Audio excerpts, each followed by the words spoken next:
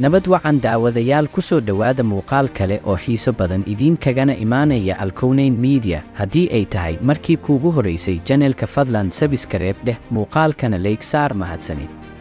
7 Janaayo sanadii 2021 Elon Musk waxa ay u ahayd maalin xusuus mudan oo uu noqday ninka koobaad ee caalamka ugu dhaqaalaha badan, isagoona orod xawaare sare leh ku dhaafay Jeff Bezos oo ah madaxa shirkadda Amazon.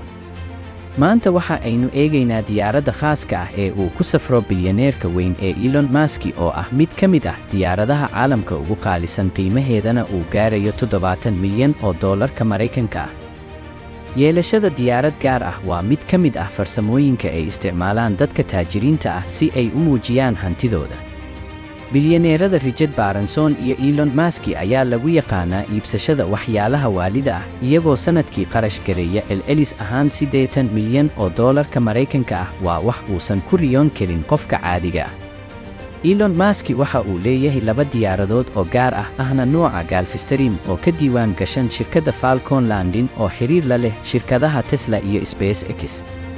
diyaaradda Gulfstream G550 waa mid ka mid ah diyaaradaha ugu dambeeyay ee uu leeyahay Elon Musk. waa diyaarad qaadi karta 17 qof oo rakaab ah, balse waxaa loo rogay diyaarad nooca jiifka iyo raaxada ah. diyaaradda kale waa Gulfstream G650. waa diyaarad weyn oo u duuli karta masaafo dheer oo u dhexaysa gobollada California iyo Texas.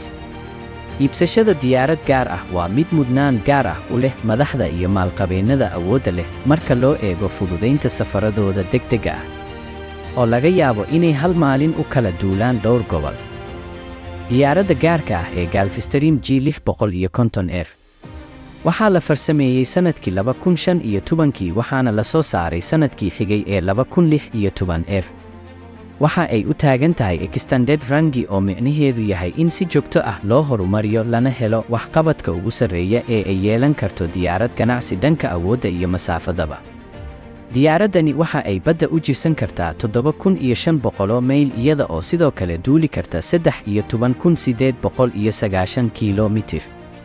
haddaba madaxa shirkadaha Tesla iyo SpaceX ayaa awood buuxda u leh inuu isticmaalo 2 diyaaradood ee Gulfstream G650 iyo sidoo kale diyaaradda nuuceeda ah ee Gulfstream G550 si uu gaaro warshadda farsamada gawaarida ee Tesla iyo sidoo kale goobaha istaraatiijiga ah ee laga geno gantaalaha shirkadda SpaceX. 2dan diyaaradood ayaa haatan ah 2 diyaaradood ee ugu kalsoonida badan diyaaradaha ganacsiga marka la eego dhanka badqabka iyo amniga. marka aynu eegno gudaha diyaaraddan, waxaa noo soo baxaya guri lagu soo aruuriyey raaxo, naqshad heer sare leh, iyo hal abuurnimo islamarkaana sabaynaya daruuraha dushooda.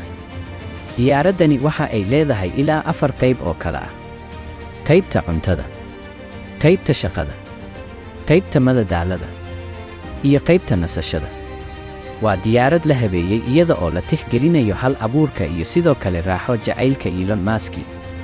kuraasta diyaaradda oo ah nooc gacanta lagu sameeyey ayaa ka dhigaysa safarka mid raaxo gooniye leh. waxaase cajiib ah in kuraastani markii loo baahdo loo beddeli karo sariir diyaarsan oo lagu qaato hurdo raaxa leh.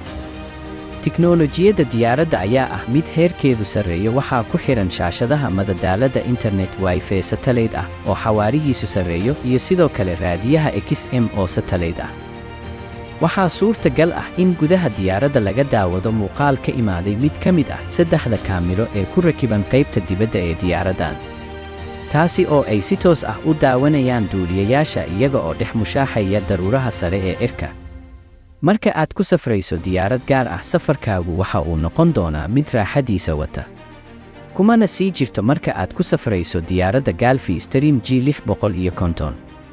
daaqadaha waaweyn ee loo yaqaano panoramic ayaa gudaha diyaaradda ku sii daynaya iftiin iyo hawo dabiici ah.